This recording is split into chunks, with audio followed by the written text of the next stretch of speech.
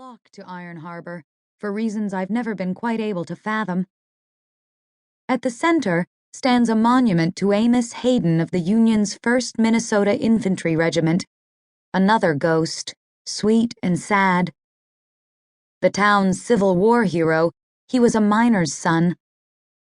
At Gettysburg, when nothing except a doomed charge with fixed bayonets could hold back the rebels, the general turned to the 1st Minnesota, the soldiers who were closest to him.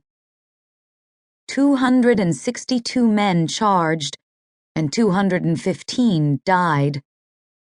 Not a single man deserted. It was over in 15 minutes. They gave their lives for an idea that not all of them probably even understood. Amos Hayden was only 17. His statue is here, but he still sleeps in that ground so far away.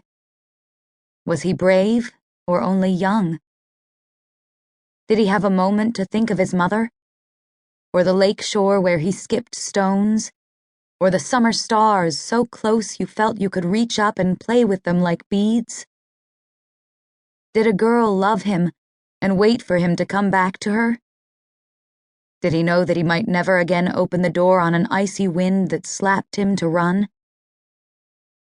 Tonight, nobody is thinking of Amos Hayden, dying young and alone.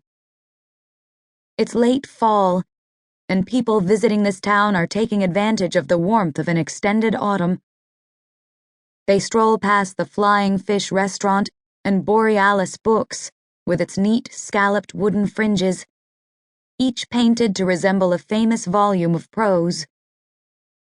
Even the tall, pale girl with the uncombed auburn hair who stops in front of the statue and stares.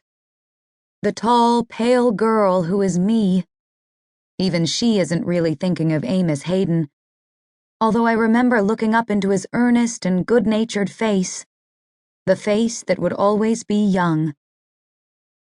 Only later, when I passed the scene of the place where I had the only true mental meltdown I would ever have in my life, did I stop to consider Amos Hayden.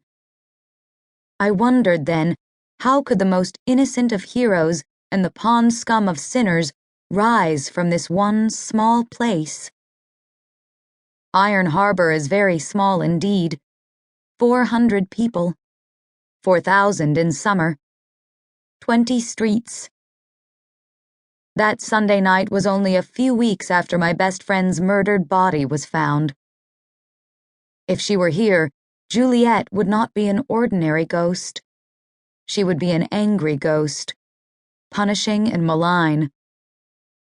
I was angry too.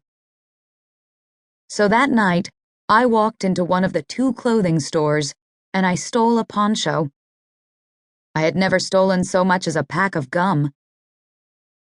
If all the boutiques in Beverly Hills had opened all at once for my own personal plunder, and I could run through them and keep whatever I wanted, until my arms and shopping carts were filled, I would sooner have chosen a rhinestone cat collar than a poncho.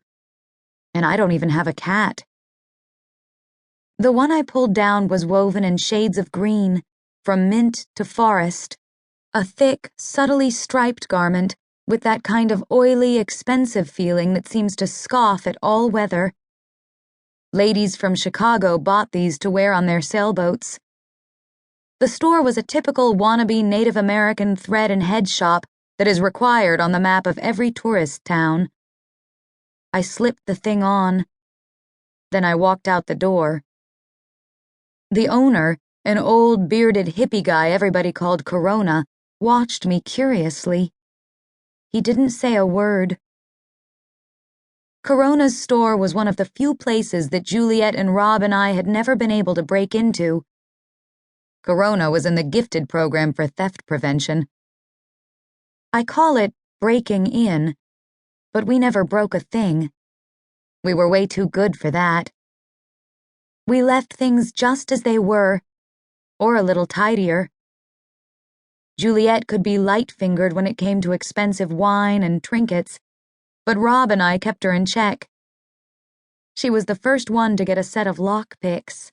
You can buy them online, and we all quickly followed her lead.